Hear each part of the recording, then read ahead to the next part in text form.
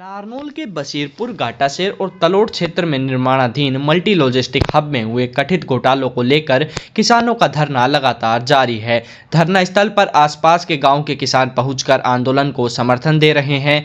आज घाटाशेर गांव के किसानों ने धरने पर अपना समर्थन दिया और अपनी जमीन का उचित मुआवजा देने की मांग उठाई। इस दौरान किसानों ने पूर्व विधायक डॉक्टर अभय सिंह यादव पर किसानों के साथ धोखा करने के गंभीर आरोप लगाए।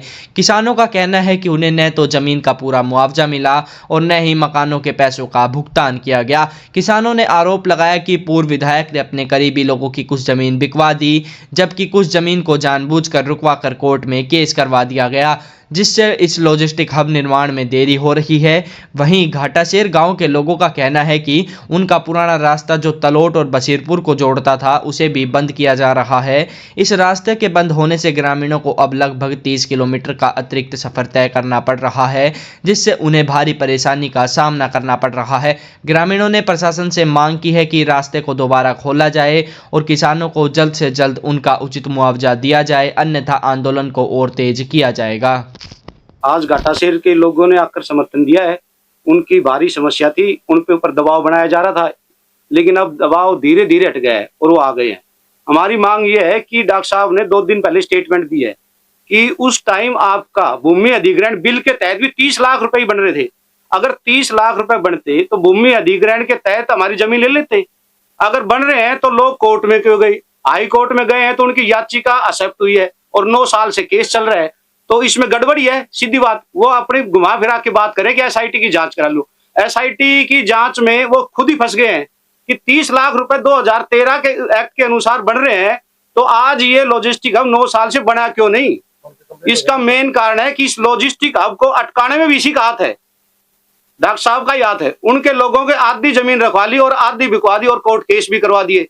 तो सारा घुमा फिरा के इसमें बहुत बड़ा षड्यंत्र है और हम चाहते हैं कि हमारी जांच, हम जो चाहते हैं सीबीआई से जांच कराओ या हाई कोर्ट के रिटायर्ड जज से जांच कराओ। हमारा यही उद्देश्य है। दिन प्रतिदिन ये धरना बढ़ता जा रहा है। घाटाशेर के लोग आए हैं, आज पूरा समर्थन अपना तन मन धन से भी, और तलोट के लोग भी आ रहे हैं। धीरे धीरे 2, 4, 5 दिन में धरना अपना पूर्ण रूप धारण कर लेगा और जब तक हमें न्याय नहीं मिलेगा धरना जारी रहेगा। मामला ये है जी, पहले तो डॉक्टर साहब हमारे पास फोन करता था भाई आप जमीन दे दो, बहुत बढ़िया रहेगा काम। फिर हमने जमीन दे दी, फिर वो हमारे बोले भाई यहाँ से मकान आप पर बना लो। तो मोजी पैसे उसे बोले पैसे आपके पास हो जाएंगे, आप काम में शुरू करो। वहाँ जी हमारी लाइट कटवा दी गई, वो ट्रांसफार्मर खराब हो गया था। हम बिजली वाले के पास गई तो उसने बोला भैया ये ऊपर के दबाव है, हम नहीं कर सकते। वहाँ बिना लाइट बिना बताओ ढाणी में हम क्या करें। फिर हम ही यहाँ आए, जोड़ी के अंदर रहने लग गए। 2 रुपया सैकड़ा का ब्याज में उठा करके हमने मकान बनाए। फिर डॉक्टर के पास गए, हम ही 1 बार नहीं 4 बार गई। तो उसने कहा भाई जो सारों का सहमति पत्र लिखो। सहमति पत्र तो जो जमीन नहीं दी है वो कैसे लिखेंगे? हमारे पैसे कोट दी गई। और वो जो ये कंपनी के पास गए थे वहाँ बावड़, वहाँ गए जो उन्होंने डॉक्टर साहब से मिलो। फिर नारनौल आए, नारनौल भी ये जवाब मिला डॉक्टर के पास के जाओ। डॉक्टर ने ये कहा भाई सभी को बुला कर जाओ और आपका सहमति पत्र लिखवाओ। हमारे ऊपर ये डॉक्टर साहब, विधायक साहब अभय सिंह बोला भाई आप आपके परिवार को सभी को लाओ और आप सहमति पत्र लिखवाओ। अब सहमति पत्र तो जिसने जमीन नहीं दी वो जी कैसे लिखेंगे? हम 2 रुपये सैकड़ा का ब्याज में उठा करके और अपना मकान बनाए हैं। जब हमारे मकानों का अब तक कोई मुआवजा नहीं मिला है, अब हमें तो पूरा मुआवजा मिला जाए और हमारे मकानों को पूरा मुआवजा मिला जाए और इंक्वायरी होनी चाहिए। भैया डॉक्टर साहब ये बोल रहे हैं कि मैंने उचित मुआवजा दिलवाया है, उचित मुआवजा दिया गया है जमीन का, वो गलत है। वो किस लिए गलत है कि नारेड़ी, नापला और छिलरों को सरकार ने अधिग्रहण के तहत पैसा दिया है, तो बशीरपुर की जमीन क्या अधिग्रहण में नहीं ली जा सकती थी?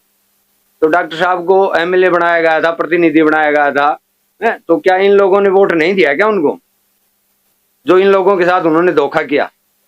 मेरी जमीन रोड के अंदर गई है, क्या रोड में भी जमीन मतलब ऐसे ले ली जाती है? 30 लाख रुपए में ले ली जाती है। रोड की जमीन की कीमत क्या होती है? नहीं, वो एक मुख्य कारण है कि उस समय आपका आपत्ति ना करने का क्या कारण रहा? आपत्ति करने का कारण तो यही रहा कि भाई सभी लोगों को ये ज्ञान ही नहीं था भाई, पहला फुसला करके ये कार्य करवाया गया है। तो अभी आपकी मांग क्या है मुख्य? अब अभी हमारी मांग यही है कि मतलब लोगों को अधिग्रहण के तहत मुआवजा दिया जाए। नाम है धर्मपाल सनोप श्री माता दीन, घाटा शहर का रहने वाला हूँ। और ये जो मतलब घपलाबाजी किया गया है, इसमें रेट में घपलाबाजी किया है, ये पूरा हमें इसका न्याय चाहिए। दूसरी चीज है कि हमारा गांव चारों तरफ से एक बंद हो गया है, कोई निकलने के लिए रास्ता नहीं है। 4 लेन निकली है गांव के सारे से, उसमें 2 गेट हैं गांव के, उनके ऊपर कोई पुड़िया कोई रास्ता, उसमें एक्सीडेंट हुआ है, हुए हैं और होने का बहुत बड़ा खतरा है।